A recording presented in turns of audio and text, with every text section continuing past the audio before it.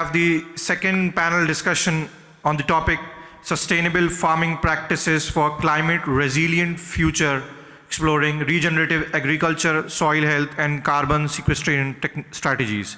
For the session, we have moderator as Amy Herman. Amy is the CEO of Coffee Say, bringing with him extensive international experience in sales, marketing, and business development. Known for his strategic leadership and innovative approach, Amy has successfully led organizations such as Core Flow Limited, BWT Robotics, Pools and Spa, driving growth and operational excellence across multiple sectors. In the speaker list, we have Soren Kanik. Soren is the Minister Counselor for Food, Agricultural and Fisheries at the Royal Danish Consulate General in Dubai.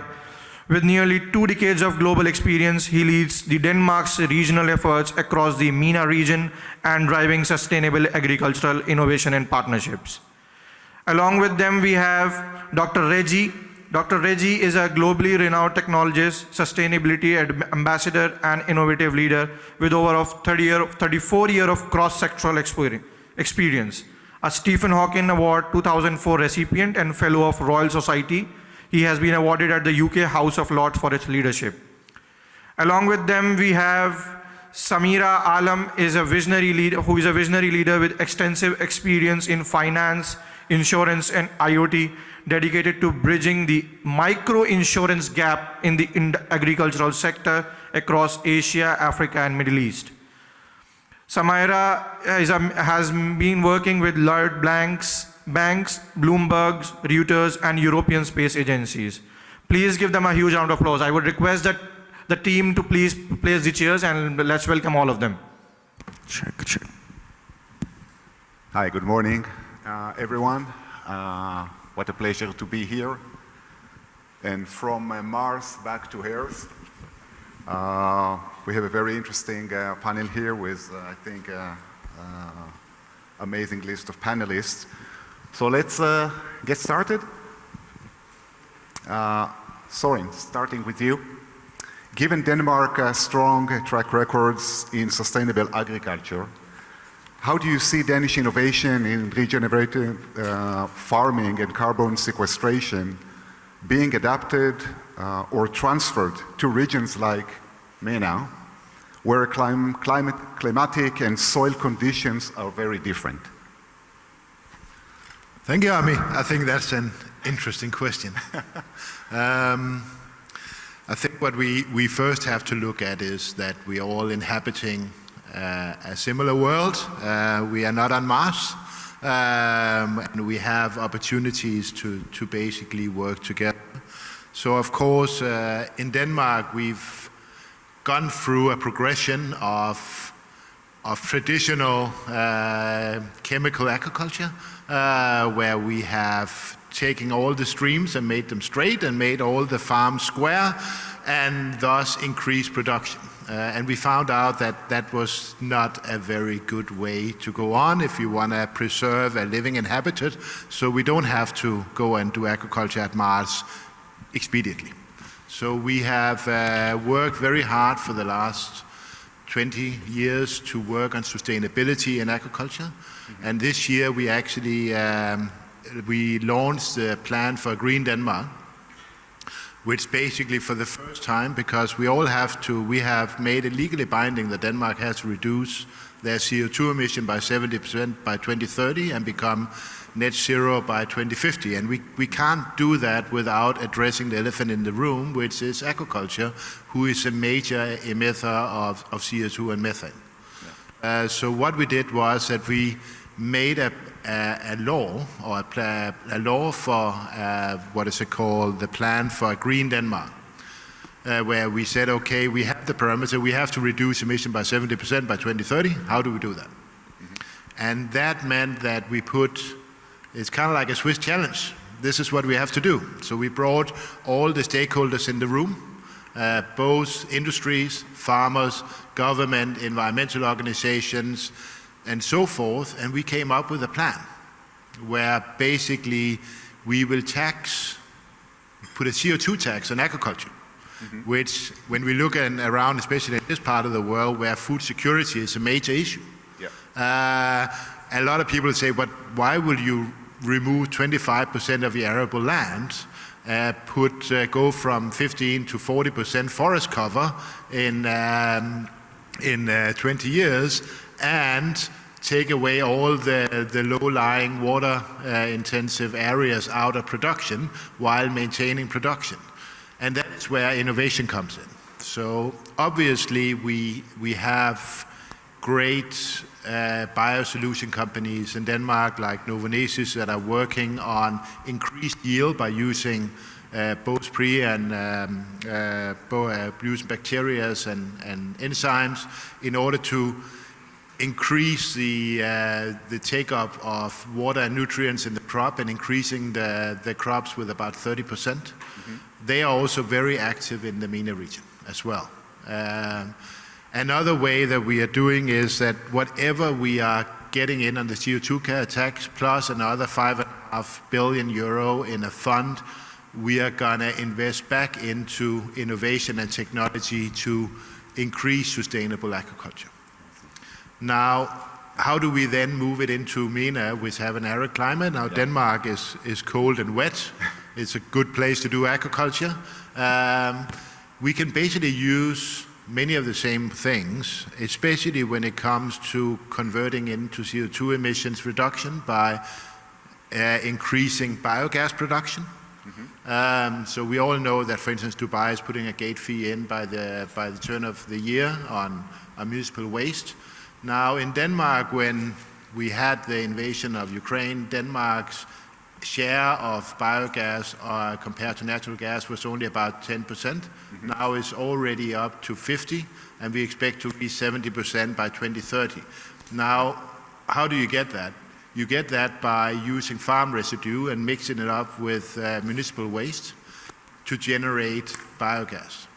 And the byproduct of that is basically natural fertilizer, which can then increase the soil conditions in an arid climate, and furthermore by utilizing efficient water use, by using the water only necessary where it's necessary instead of flooding. We basically use drip irrigation and other things, and a lot of those companies, as Denmark is a water champion, and you can have no green without blue, that is something where we know that Danish technology providers are working very hard throughout the MENA region. When it then comes to how do we do it in actuality, I'm very happy that we earlier this year basically signed an MOU with the Ministry of Climate Change and Environment in UAE. And that whole purpose of that is to bring Danish innovation and technology within sustainable agriculture into the UAE and work together with our partners here to scale up sustainable farming practices. So I think there's many ways we can do in order for us to not have to do, or at least give the good doctor from before a little bit more time to develop agriculture en masse by utilizing the planet we have right now. Yeah, we will get there. Well, thank you very much, Thorin, for that. And Dr. Reggie, to you. You have led several innovations in green technologies such as biostimulants, soil regenerative, carbon credit frameworks. So from your perspective, how can advanced technologies like AI, quantum innovations, and blockchain accelerate regenerative agriculture and soil health restoration at scale? Sure. So the future of soil, it is basically a quantum leap in regeneration. And the most critical resource on earth is presently not oil or gold, it's the soil beneath us. Beneath us is not just some dirt. It basically is the most complex, vibrant ecosystem on our planet. And the challenges we face, climate change, water scarcity, food security, they all start and end right here in the soil. And now we must treat it as a living, breathing quantum system. We have made breakthroughs in many green technologies like biostimulants, soil rejuvenators, carbon frameworks. But to meet the global demand for food, healing our earth, we cannot merely iterate, we must accelerate. And this main challenge demands a technological triad, that is quantum innovation, artificial intelligence, and blockchain technology. In my work, especially in quantum systems, we recognize that soil is governed by the laws of physics, at the most fundamental level. And the microscopic interactions between the nutrients, the microbes, and the carbon molecules, they are too complex for classical computers. So this leads to guesswork in agriculture, and that is an ending in itself. So quantum computing is the microscope of the future, and it shows us that to simulate the second genome, that is the entire soil microbiome, it can be done with unprecedented accuracy. Now, we can model the precise molecular structure of the best biostimulants, rejuvenants, and we can come to know what exactly does the soil need, molecule by molecule. This isn't just precision farming. It is a molecular level optimization. Now, think of this. Every bag of fertilizer in today is an educated guess. Quantum science turns that guess into a surgical prescription. And our quantum sensors are so precise that they can detect a nutrient deficiency or a pathogen at the source, allowing us to intervene before a crisis. So that leads us to AI and data fusion. The intelligent engine that must power this system I'm talking about, that needs to be a mountain of precise quantum level data. You have so much of data which are inundating agronomists. They need to know what to do, when to do, how to do. And that's when artificial intelligence steps in.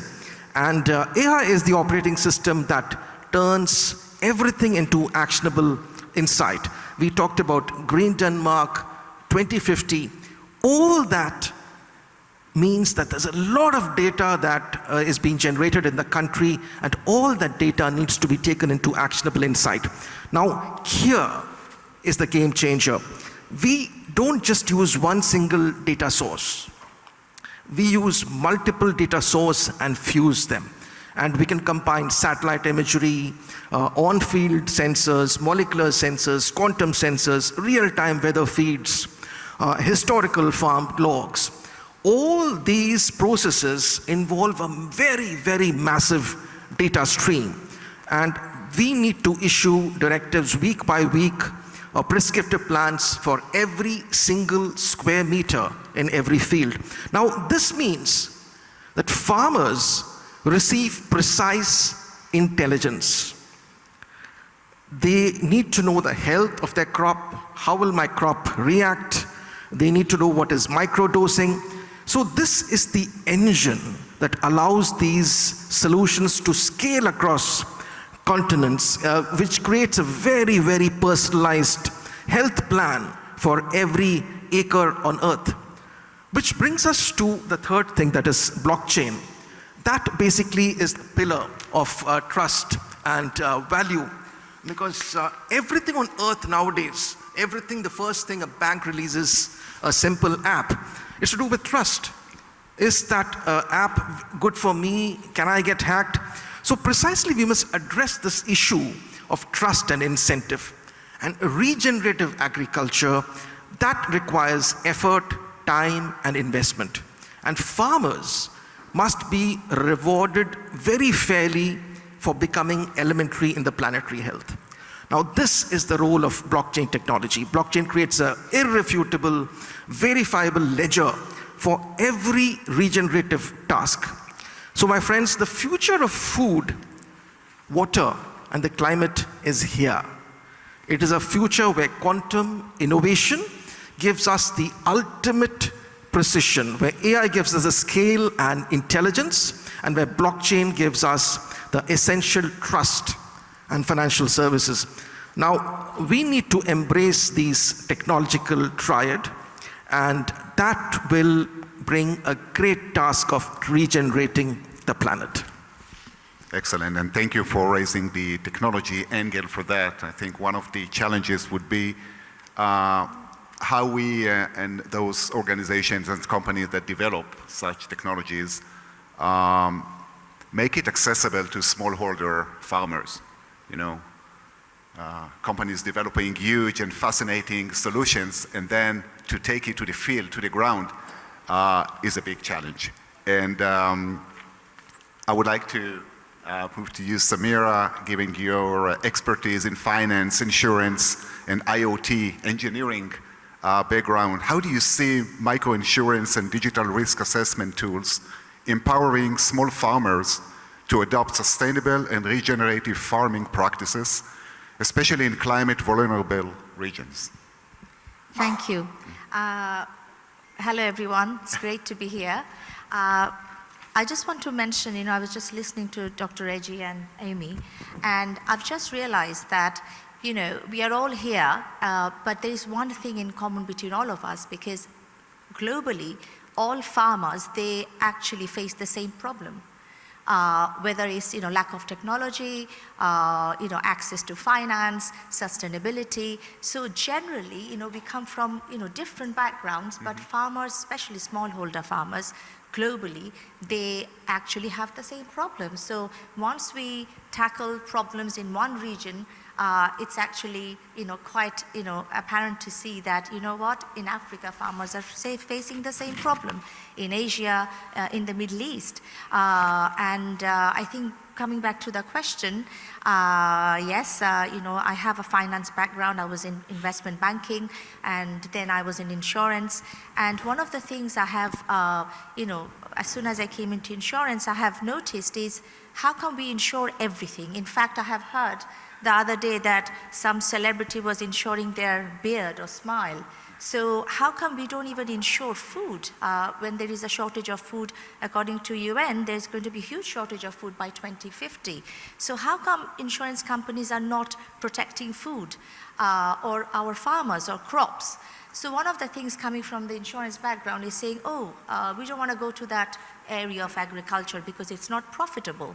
And obviously insurance companies being a profitable company, they can't see where to make the profit from. But I think that's where, coming back to your question, that there are certain areas I thought that, okay, we need to actually, look into. One is technology. And I know Dr. Reggie and Amy, both have talked about that technology is everywhere, but it needs to be affordable, it needs to be accessible. And we don't have that into rural areas, especially with farmers everywhere really, not just in Asia or in Africa, in the Middle East. The other thing is different farmers, they actually have different kind of barriers. For example, lack of water, especially in Africa or in the Middle East. We need to make sure that, especially in farming IoT, what we do is we use, a system, a device that is runs on solar power, and it accurately assesses the crop. How much water it needs, how much fertilizer it needs, how much pest attacks. With the sensor device, we actually predict those. And with these advisory, we have reduced 50% of water usage for the farmers, and this is hugely beneficial in regions where water is scarce. Coming back to insurance and microinsurance, I'm not sure with the audience, but I come from Bangladesh, where it was actually the hub and initiation of the microfinance by Dr. Yunus. So microinsurance would be a very natural thing to implement in Bangladesh. And the way I think to do it would be, microinsurance is to target people with low income. Traditionally, insurance companies are very old school. 10, 20 years ago, what we have seen in finance, that banks, started to, be more technology, more digitally aware. So insurance is quite, we are still a lot behind. And I think targeting very specific low-income farmers, or generally, I'm talking about farmers because we are in this conference targeting agriculture, where we could treat a particular product as a whole, like very little premium with a group of people who would be averse to climate change or a specific event in insurance. So that's one way. The other way would be data. That is hugely, we are lacking in insurance. In agriculture, we don't have any historical data for farmers. We don't have a repository, whether it's with policymakers or government. Because of this lack of data, we cannot assess that how risky a farmer is, or whether they should have financial access, because all of us we know we have a bank account, we go and get a loan because they check our credit history. Farmers do not have a credit check or a background check because they lack farming data or historical data. So this is something we are trying to target, and our system is currently building a credit score system for the farmers based on the historical data. Once I think we can assess the risks and we can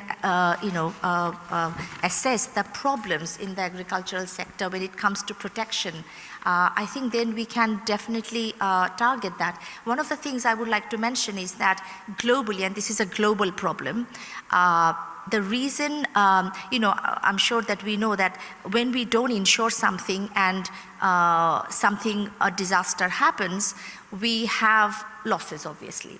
Yeah. There can be insurable losses or insured losses. For example, we insure a car or a piece of land and something happens to the land, maybe a natural calamity or a flood, and you get paid out. So that's an insured losses. But 80% of the agricultural sector is uninsured losses because we are not protecting them. We have a huge protection gap, and insurance companies cannot come on their own because we need huge help from government, from policymakers, and we need to target this very soon because, as both of my panelists, mentioned, that there is going to be a food shortage, and we need to, target this very quickly. Thank you very much, and this takes me to the second question to you, Samira. Yes. So with your experience, what you have just said in investment banking, technology integration, what innovative financial models or tech-driven insurance solutions you believe can help bridge the funding gap for farmers engaging in carbon smart and soil regenerative agriculture? I think that kind of comes back to the things what I have been talking about. I think obviously data, and farmers need to have access to easy loans so they can take adequate risks. They need financial help, and as lack of data, lack of access to finance makes it very difficult for them. When it comes to the technological, tools, one of the way, we were working on was that, okay, we are hugely looking into sustainability, and as both my panelists mentioned, that agriculture is a sector where, whether it's a right or wrong way, we generate huge amount of carbon dioxide into the environment. And we can't say we are not going to produce it, but we can look into sustainable ways to, do farming practices. But on the other side, as much as carbon we have put into the environment, that needs to be tackled. Yeah. And the way, farming IoT, we are tackling it is in two ways. One is carbon credits, but at the end of the, again, I'm going to repeat this over and over again, that farmers don't care about sustainability. They don't care about carbon credits. I know we all here, we are doing it, but this is one of the, barriers I faced, that to educating them, that what effect it's having if they are not doing sustainable practices. One of the ways we are doing it is generating income for them through carbon credits, because once we have transformed these sustainable inputs into carbon credits, these carbon credits can be tradable in the market. And rather than us having all the benefit of it, we are giving reward programs to the farmers. And once they know that, okay, I'm getting some more income, they become more aware of it. That's not the only thing, but that's an motivational factor for the farmers, especially smallholders. So I think there are different sectors, and of course carbon sequestration, where we hold the carbon into the soil, educating the farmers, building systems. I think it's everybody, the farmers, policymakers, insurance companies, financial sectors, banks, they all have to come together. Thank you very much Thank you. For that. Soren, from your regional perspective, what policy frameworks or international collaborations do you believe are most crucial to scale climate-resilient farming practices and ensure both environmental and economic sustainability for farmers? Thank you, Amir. Long question? It's a long question. And I would also say that it is interesting to hear Mr. Mina coming from the country where Mohammed Yunus invented microfinance, is now going into microinsurance. And also I totally agree with Dr. Reggie that we need to have measurements, and we now have new technologies enable us to basically analyze better. So we have the quantum computing, we have the AI and so forth, which will give us a better data and measurement point of view. And I must say also, Dr. Samina, I think coming from a farming background and was raised on a farm, I must say that the most environmentally conscious people in the world I ever met was farmers, because they know that they cannot mistreat the land they're working on, because then the harvest will not be there next year. But of course you need to give incentives.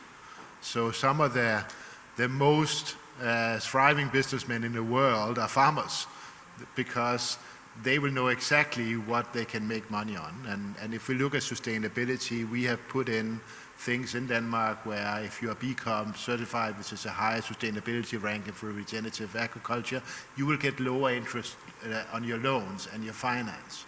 And by then merging, as you say, with micro insurance, with microfinance, which I also know a lot of the investment funds here in the UAE and in the Arab world as a whole is very active into microfinance. Maybe they could also look into micro insurance, because you need to be able to look long term, because when you buy land, you normally have to pay back for a long time.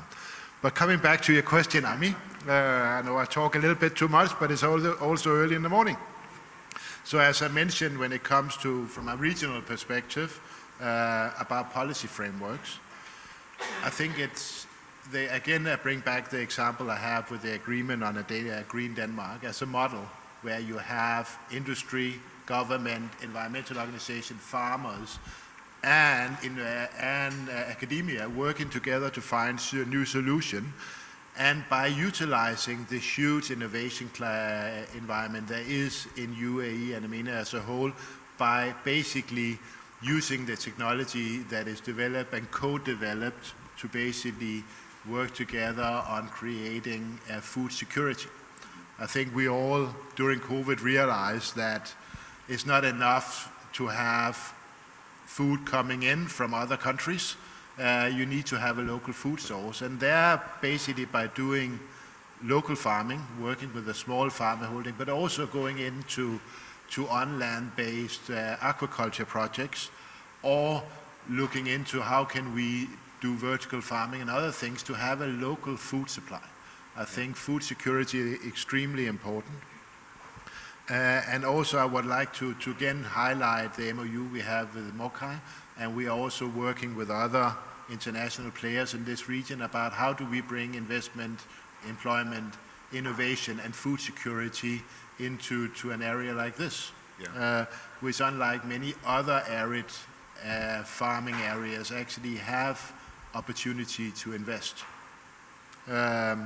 And I would like to say with Dr. Reddy, again, if you have measurement and verification, that you basically use credible soil carbon, look into how do the microbes take in.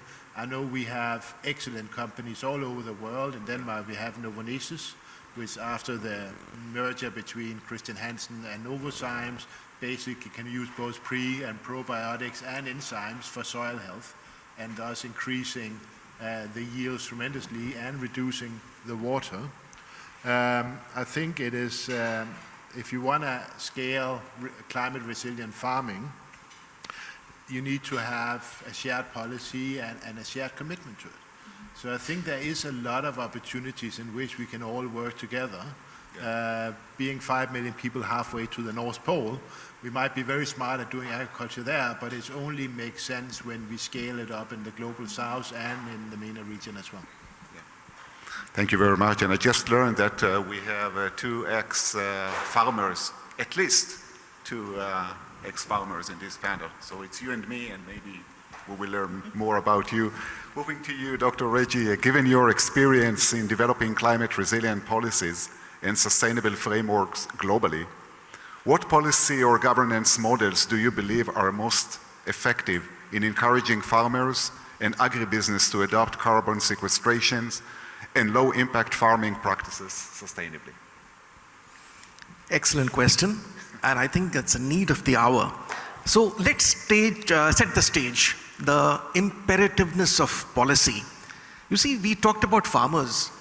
They're the most neglected strata in society. They're the people who put food on the table for us, and they're on the brink of extinction.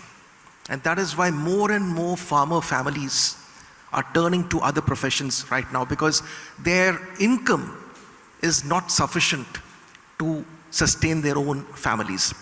So as a quantum scientist, I've often spoken about the molecular future of agriculture. That is the hyper-precision of AI and the veritable trust of blockchain. But none of that matters. None of it can scale without a policy architecture. Technology is the tool, but governance is the accelerator. And the challenge is that the current policy, all the frameworks are analog. And we are trying to solve a quantum problem. Now, they fail to address the farmers' 3 core barriers to adoption. That is risk, reward, and trust. To encourage very, very true sustainable adoption of carbon sequestration and low impact farming, we need to do a seismic shift to a model I call as Agri-Governance 4.0. Now, in this policy of reward, I will say it's a dynamic outcome-based contract. Now, we must immediately abandon the old model of subsidizing practices, right, Samira? Government gives subsidies, especially in my country, India. Urea is heavily subsidized. Most of the commodities that the farmer gets or other profession gets are very heavily subsidized, with the result that the GDP of the country really falls because of the subsidy, and we need to import rather than produce ourselves. We need to move to rewarding verifiable outcomes. We need to view the farmer not as a food producer, but as a steward of planetary health who is generating essential commodities to the system. He must be paid like one. In companies, we have bonuses, we have incentives given to people who perform more. The farmer needs to have a policy so that whatever he does, he needs to be paid more. And this mechanism we formulated is the dynamic carbon contract, that is the DCC, where the farmer's reward should not be fixed. It must be a premium price linked to the quality and the permeance of the carbon sequestered, as measured by our precise quantum AI serving platforms. So the data confirms that we are on the right path. Farmer who successfully adopts regenerative practices, he reports increase in profit margins. And in all our studies over the last 3 to 4 years, farmers have been able to increase yield by 30 to 300% when we give him this reward incentive. And this has also reduced the need for chemical-based fertilizers by over 50%. So policy must amplify this economic success. Further, we need to introduce traditional soil health insurance underwritten by the government and private finance to mitigate, right Samira? And to mitigate this financial risk during the crucial first 3 years of conversion. We need to give a blanket of 3 years to the farmer for them to adopt to this. And I can say that in many countries where we're doing agriculture, in the US, in India, we have reached the 5th year where the farmer has already taken this adoption, and all of them are minting money right now at this moment. And this shift, it doesn't just benefit the farm, it unlocks global finance. Analysts, they project that the voluntary agriculture carbon credit system, the market will avail of them in billions. We're talking about 648 million by 2034 alone, and there's a 500 billion opportunity across Europe and US. So policy, again, I come back to policy again and again, that must ramp this capital. And the greatest impediment to this is fragmentation of the measurement, reporting and verification system, as was mentioned here. Now, without trust, the market would stall, and we need a very unified global governance system model. We call it as a Quartal system backed by national regulators. Now, we developed Quartal. Quartal is like an alternative internet, and that is an internet, even if there's a nuclear war, Quartal system will still be active because it uses light as a communication and not IP packets. That's something that's another topic of discussion. So the system is technology mandated. It fuses data from high resolution satellites, on-field sensors, the farmer's own operating logs, and our AI-driven models, they can predict sequestration. So this eliminates double counting and builds an auditable chain of custody from the seed to the soil to the credit in the ledger. So policy must always be this MRV system, which we always talk about. Now, another thing I always talk about is integrated co-governance. We need a solid approach to governance. This cannot be a water department or a climate department or an agriculture department operating in silos. We need an integrated co-governance. Whenever I've seen in many countries, all departments are separate silos. They do not operate together. And the farmer or when the agricultural system goes to all these departments, we do not get a common response. So we need an integrated co-governance. Crucially, we must empower intermediaries, the cooperatives, the FPOs, the certified agronomists. They are the boots on the ground. We need to listen to them. So we empower the local experts for this global data. So the future, I'll sum it up, the future is not just asking farmers to change. It's about designating a system that makes regenerative practices the most profitable and risk-averse choice. Thank you very much. In fact, I do have set a few more questions, but our time is very limited. So I would like to give a chance to questions from the audience to the panelists.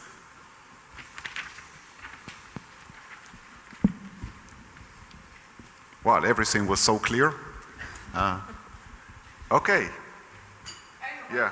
We have a winner. Now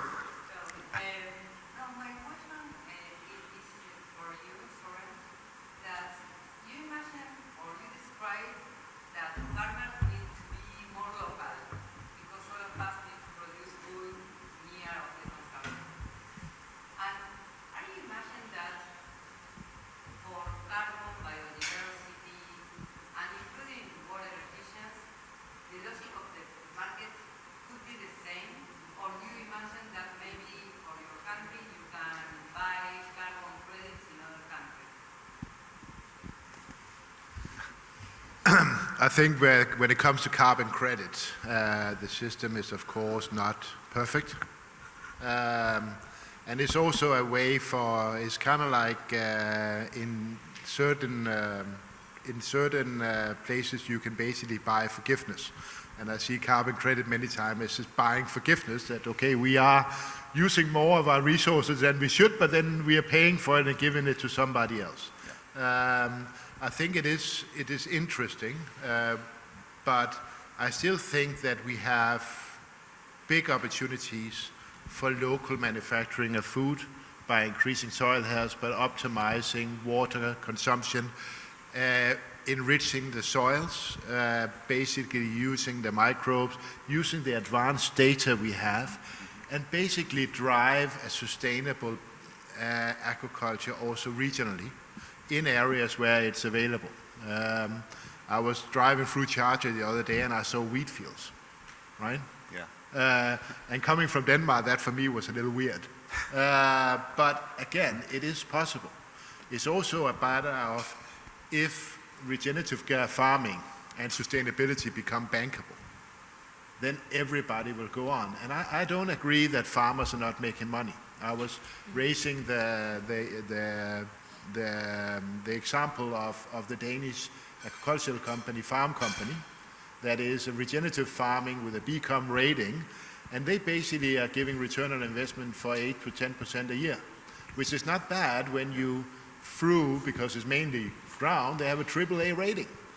So one of the issues that there is when it comes to farmers, and I can be a little candid, because I just spent the last 6 years as head of economic and commercial affairs at the embassy in New Delhi.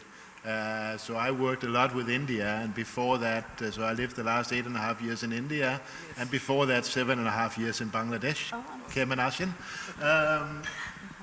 And one of the main issues in India about farmer welfare has nothing to do with farming. It's basically in India you have 800 million people living in the rural areas. Yeah. The urbanization is increasing. I remember living in Hyderabad 20 years ago with 4.5 million people. Now there's 11. So many of the government policies is not about increasing output in agriculture, is basically keeping people employed in the rural areas because they don't want them to move to the cities. Now, what I saw, if we see why Denmark has one of the most sustainable and one of the most productive agricultures in the world, is basically by increasing the size of agriculture, which is a big political question because smallholds is an issue, because it's very difficult to be efficient. But by using technology, you can keep smaller landhold farmers in place while increasing productivity. A typical example, if we look at drone technology. So I have a friend of mine who has an agricultural drone company in India. So what two people used to spend a whole day on when it comes to fertilizer, pesticides, and these things, one drone can do in half an hour. And if we look at one of the main issues, having done agriculture in South India, we had some land there, getting people to actually work there, because all the young people go to the city, is very difficult. So there is, you say there's a lot of people living and working on the land, but many of them, it's very difficult to get people to actually work there. So necessity drives innovation. And that is why I say that when it comes to sustainability and food security, we need to think about how do we get the most out of the resource we have. You can also think of a small thing like just cool chain. 30% of all food that we manufacture basically goes to waste. Yeah. Yes. I was just going to In some areas, up to 70% of the food disappears from the so true. harvest to the table. How do we work? We have the solutions. We know exactly what to do. It's just a matter of how do we make it bankable and how do we make it valuable? And how do we use basically collecting all and using a cooperative model to basically secure that whatever is produced is also used. I think So, yeah? oh, sorry. No, I was just going to say that is Yeah, so true. sorry to interrupt. We're running out of time. We have a session out there. Oh, I'm just sorry. I'm sorry for the. Please give them a huge round of applause. I hope the session out there, the entire question session is waiting, and I know all of the four panelists and even the moderator is out there for a coffee to have your entire discussion. But before that, we'll be having. Let me ask the audience: do you want a coffee break or we shall continue? Coffee break. So I can hear a lot of sounds coming from continue. So please give them a huge round of applause, and we'll have one more session and then we'll go for the coffee break. Please give them a huge round of applause. Soren, Samira, Dr. Reggie, thank you so much. Thank you very much. Samira, thank you so much. So for the next session, we have Mr. Daniel, and the topic for the session is the vertical farm.